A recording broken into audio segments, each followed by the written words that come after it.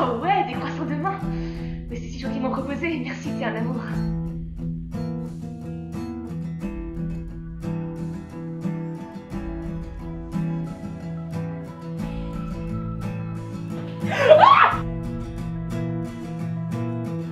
Des croissants santé. On va te faire passer le goût des fautes à toi.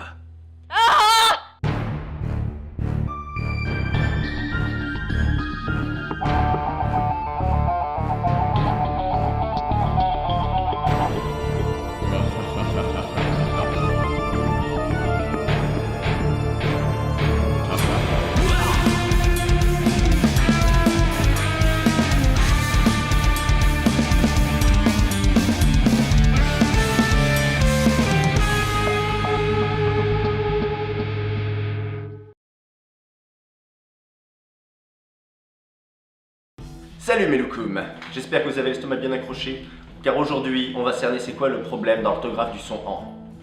L'origine du mal, on va pas se le cacher, c'est qu'il y a 11 façons différentes d'écrire ce putain de son. Forcément, ça devient casse-gueule d'écrire dans ces conditions, mais rassurez-vous, on va défricher tout ça pour que vous ne vous viandiez plus.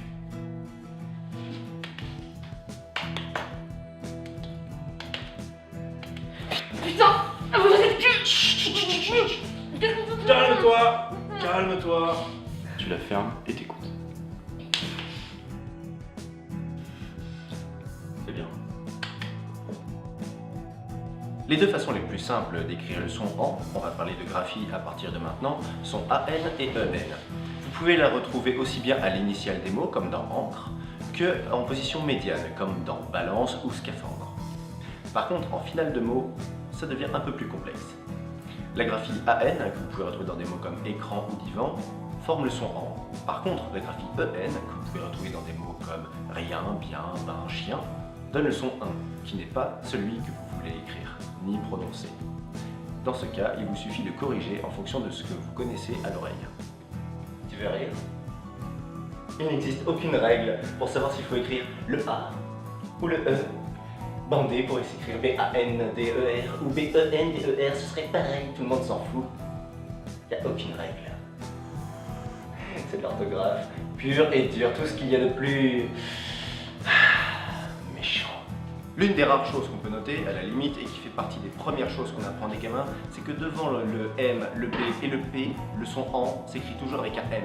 On écrit ainsi emmuré avec EM ou ambre AM. Si un ignare de 8 ans peut l'apprendre, vous aussi. Pour vous aider, vous pouvez toujours passer un nom du masculin au féminin. Vous avez ainsi par exemple marchand qui devient marchande. Si une consonne apparaît, vous l'ajoutez derrière le son en. C'est aussi simple que cela. Après, pour le reste des cas, on pourrait égrener les listes de mots qui se terminent par A-N-D-E, E-N-D-E, A-N-T-E, etc., etc., n'en plus finir. Le seul moyen de vous en sortir entre le A et le E, c'est soit d'avoir du vocabulaire, soit d'ouvrir un putain de dictionnaire. N'ayez jamais honte de ne pas savoir comment écrire un mot et de devoir vérifier. C'est comme ça qu'on progresse. Bon, après, faut pas déconner non plus. Quand on croise un mot tous les jours, par exemple croissant chaque fois qu'on va en boulangerie, il y a moyen de ne plus faire la faute. C'est pareil pour le reste. Gardez les yeux ouverts, ça vous permet de retenir l'orthographe des mots sans faire le moindre effort, sauf un peu de mémoire. Alors, ne vous en privez pas, sauf si vous voulez finir comme ça. Petit aparté entre nous, à la fraîche, avant d'attaquer un gros morceau.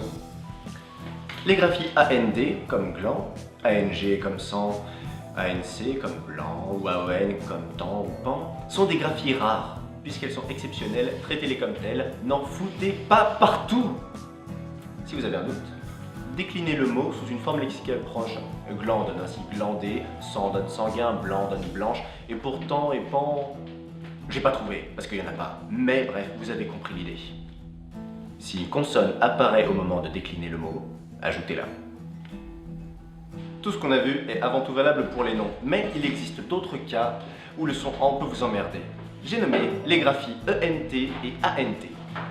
Le cas le plus simple, ce sont les adverbes. Je rappelle qu'un adverbe est invariable et sert à modifier le sens d'un mot. On peut les retrouver dans les phrases comme « Ma victime du jour assume difficilement ses fautes ». Un adverbe se termine presque toujours par MENT. Pourquoi? Parce qu'il sert à faire mentir un mot. Traitez-le comme un sale traître et ne perdez pas de temps avec lui. Les adjectifs, eux, sont aisés à gérer, puisque même s'ils se terminent par le son en, ils s'accordent toujours en genre et en nombre. Prenez des mots comme dément, franc, occitan, arrogant.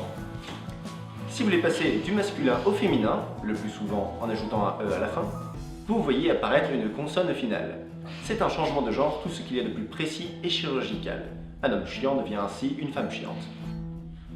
C'est simple et efficace, on ne peut pas s'y tromper.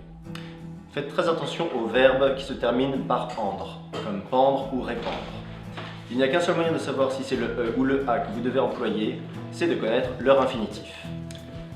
Leur conjugaison peut être dangereuse et délicate à manier, pour la simple et bonne raison qu'il ne se termine par en que à la deuxième personne de l'impératif du singulier, comme dans « pends-moi ce panda », ou aux trois personnes du singulier au présent de l'indicatif, comme dans « je pends, tu pends, il pend ».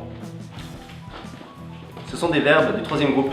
Vous savez, ce groupe qui est poireux à conjuguer, l'un des plus complexes. Retenez simplement que la première personne, dans ce cas-ci, se termine par S. Le meilleur moyen de vous en sortir, c'est de penser DS, quelque chose, n'importe quoi, ce que vous voulez, vous avez compris l'idée. Et puisqu'on en est dans les verbes, on va parler d'un cas particulièrement foireux, j'ai nommé le participe présent. Le participe présent se forme à partir du radical du verbe et du suffixe ant, comme dans dévorer qui donne dévorant. Il n'y a pas d'exception à cette forme, le participe présent se termine toujours par ant.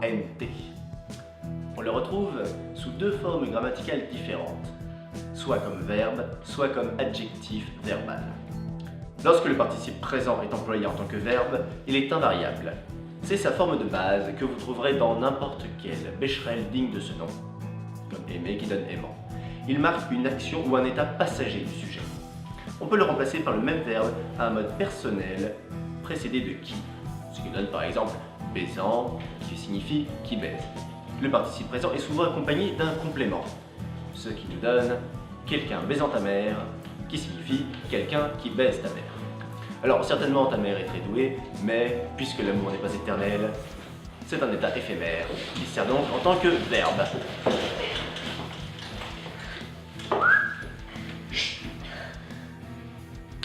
Le participe présent peut aussi servir en tant qu'adjectif verbal comme je l'ai dit.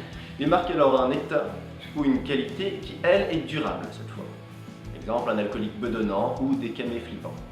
Ils ont valeur alors d'adjectifs qualificatifs et doivent s'accorder en genre et en nombre. Exemple, des alcooliques bedonnants et des camés flippantes. Vous voyez la différence?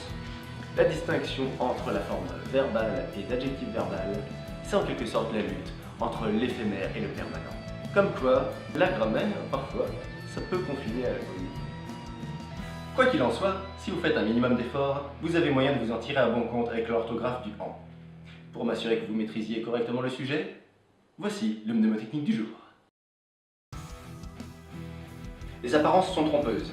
Lorsque le mot se termine par en, change son genre ou décline-le sous une autre forme pour t'assurer qu'il ne te dissimule pas une consonne finale. Songe à cette phrase. Cet amant n'a pas d'équivalent tant il est chiant. Devient au féminin. Cette amante n'a pas d'équivalente tant elle est chiante. Quelle que soit la position du en, gare au M, au B et au P, devant lesquels toujours le M doit figurer. Exemple.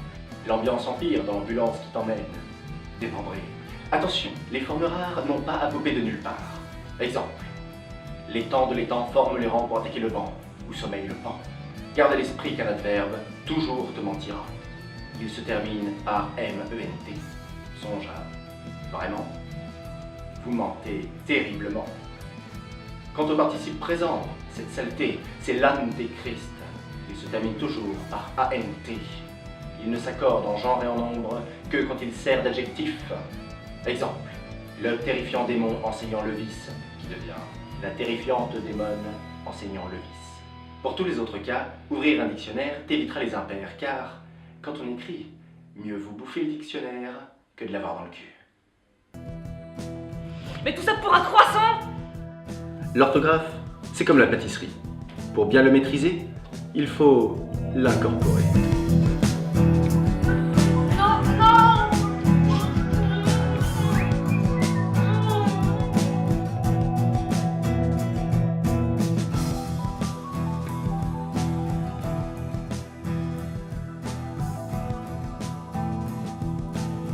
Ça m'a l'air intégré cette affaire. Prenez le temps de vous relire. C'était le trouble faute, à votre service.